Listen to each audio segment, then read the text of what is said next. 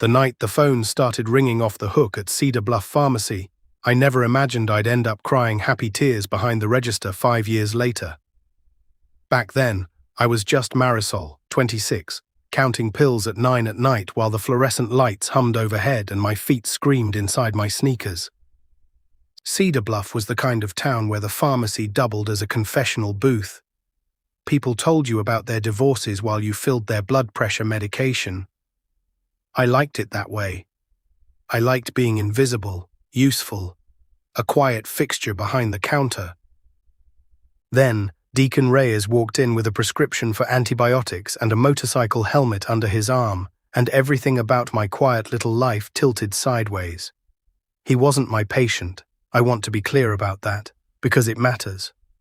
I was the pharmacist checking his script, not treating him for anything ongoing, just verifying a routine prescription from urgent care after he'd cut his hand fixing a fence. Professional, brief, nothing crossing any line. But he had this way of leaning on the counter like he had nowhere else to be, asking me questions that had nothing to do with medication. "You always work nights?" he asked, flexing his bandaged hand like he was testing whether I'd notice.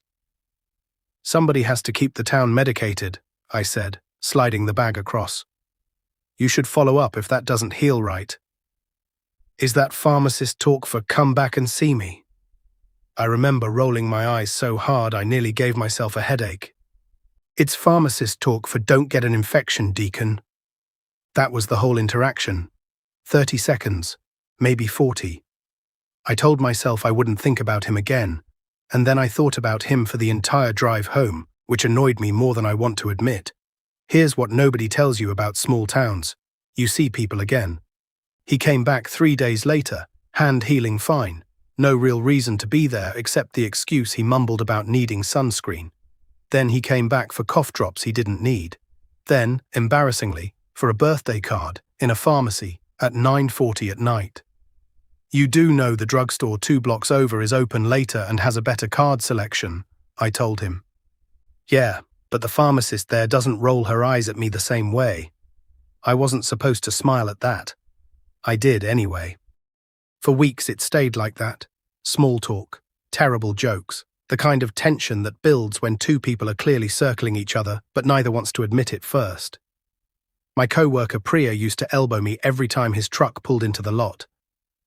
"Your favorite patient's here," she'd whisper, and I'd tell her he wasn't a patient, not really, not anymore, and she'd just grin like she knew something I didn't. The truth is, I was scared. Scared of mixing up what was professional and what wasn't. Scared of being the kind of woman who let a charming smile distract her from doing her job right.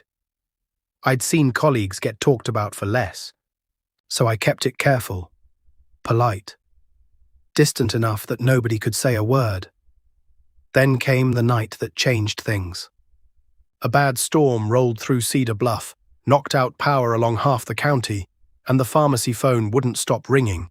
People needing refills before roads flooded, a diabetic patient panicking about her insulin, an elderly man whose oxygen concentrator needed backup power he didn't have. I was alone at the counter, soaked from running deliveries between customers, hands shaking from adrenaline and cold.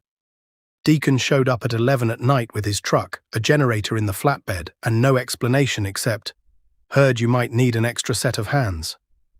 We spent 3 hours driving that generator around to the people who needed it most, me directing him street by street because he didn't know the back roads like I did, him hauling equipment because my arms gave out an hour in.